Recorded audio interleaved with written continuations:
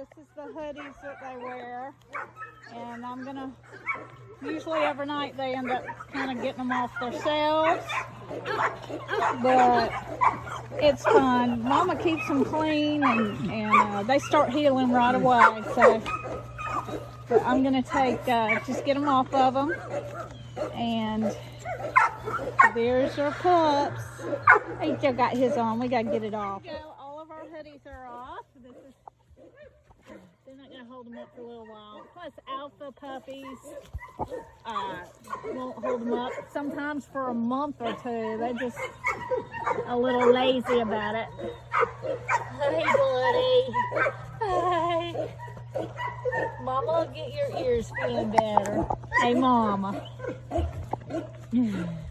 Ouch. Hey sweetheart. This is Mystic. This is the litter's mama. She did a perfect whelping. I couldn't have asked for a better whelping. I didn't expect her to have a litter. You know, I was expecting in a 3-day period, so I was watching her real close. And I come out one night, or one afternoon, and looked at her and said, hey, you'll probably go tomorrow the next day. And come out the next morning, checked her, and she had done whelped her puppies, cleaned them all up, cleaned her den up. You couldn't even tell she had puppies. I mean, just as clean as they could be, warm, dry, and sleeping. I was so surprised. She was such a good mama. So she's definitely a keeper.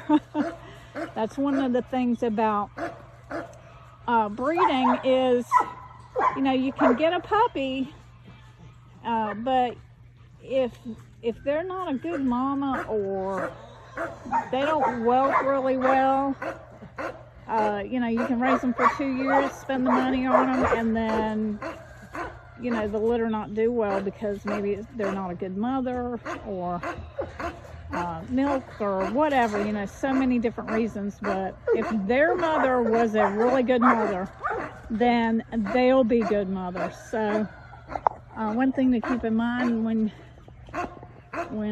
you're breeding, it's just even getting a good mother is super important.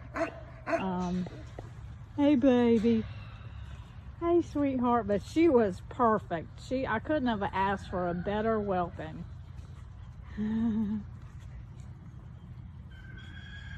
That's Linda's boy. Say hey mama.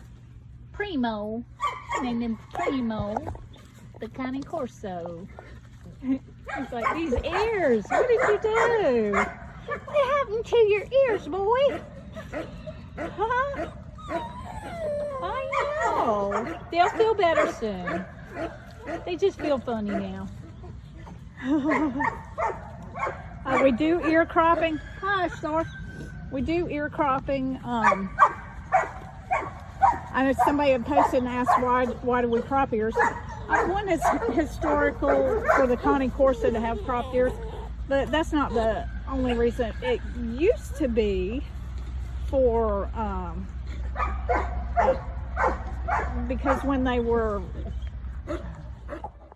it used to be in history that when they were protecting the farm, patrolling the farm, and working on a farm, then the ear is, especially, you know, with wild animals, the ear is like the very sensitive place, one of the first places that an animal will go for. And yeah, and so they would crop the ears, and we actually, Rocky had a battle crop, which was like 90% of the ear is gone.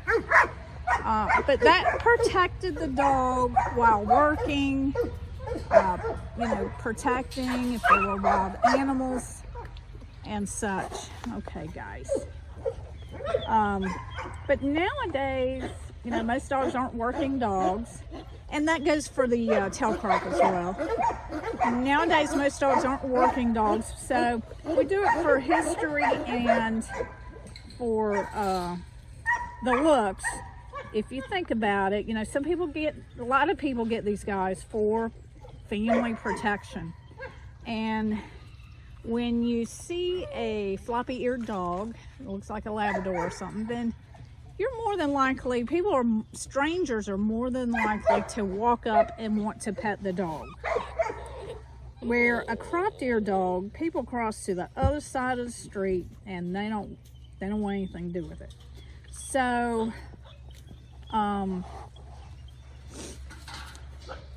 you know, it's a matter of what kind of look you're looking for, and your end goals for your dog. If you want people, you know, strangers coming up and petting your dog, then, and you don't like cropped ears, then, you know, you get floppy ears. You keep the ears. But otherwise, that's why we do ear crops, and it's part of the standard as well. Oh, I know. You like, Mama, what happened? So, Izzy! Izzy! Hi! Oh, goodness.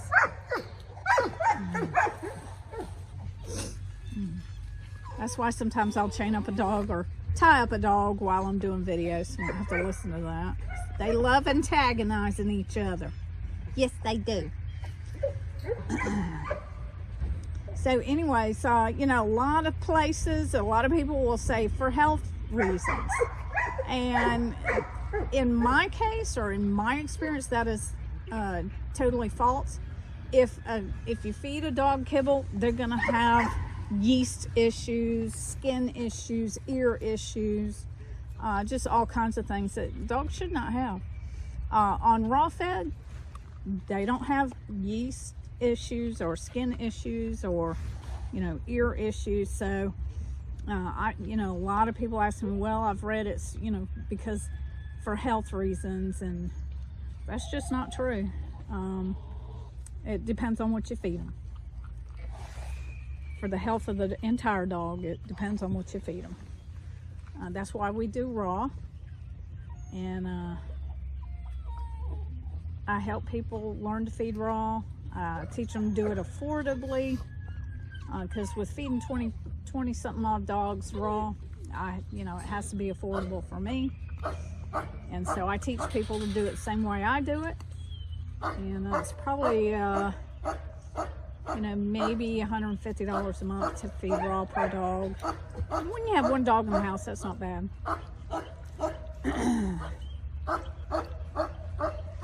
Hey, baby. So we got 2 more that are going on Friday.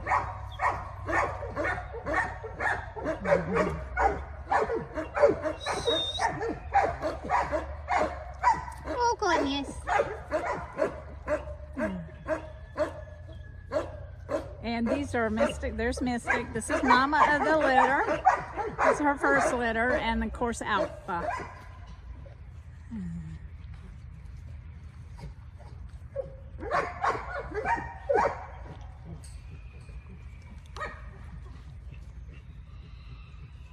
So until parents pick up, the air and Mama is going to keep those ears clean and infection free. I don't do any, I don't put gels or lotion or any kind of antiseptic or anything on them. Mama does a good job with it, don't you, girl?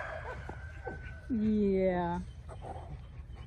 Mystic, she's a good girl.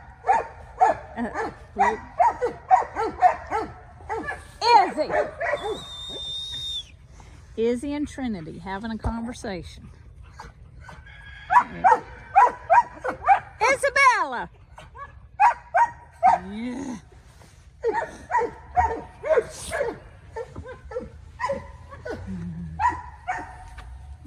That's my retainer girl. I'm keeping her, so she'll have her ears cropped on Friday.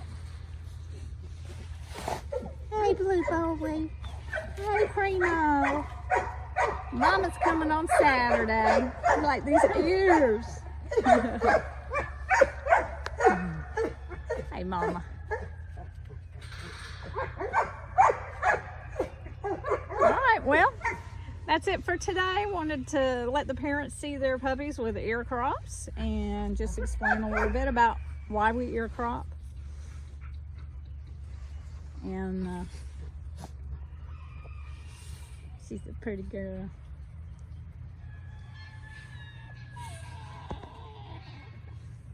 There you go. All right, y'all. I'll get back to you later, and I'll probably do some Hefe video for those who need that fix. Thank you guys so much for all of your wonderful response. I really appreciate it, and look forward to many great videos with you guys. Thank you so much. Bye now.